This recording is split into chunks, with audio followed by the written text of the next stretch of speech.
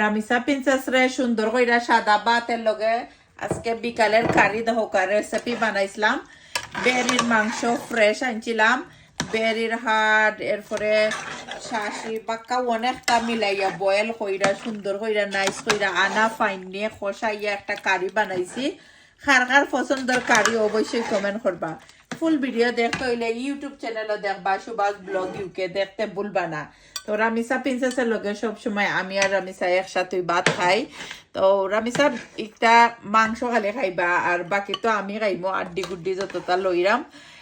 আর আমরা মার ফুরি মিল্লা একলগে বই ভাত খাই বেশি অংশ।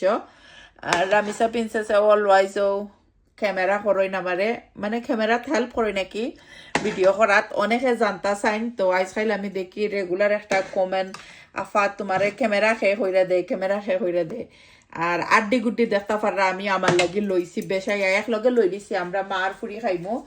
আর সুন্দর কইরা নাইস কইরা রামিসা প্রিন্সেসে মাংস দেখছেন খালি টু লগুন রামিসাই খাইবা, আগেও হইরাম। অনেকে কি কইবা আমার ফুইরে সারা খাইলিবা নি, আমার ফুরি সারা খাইতা নাই।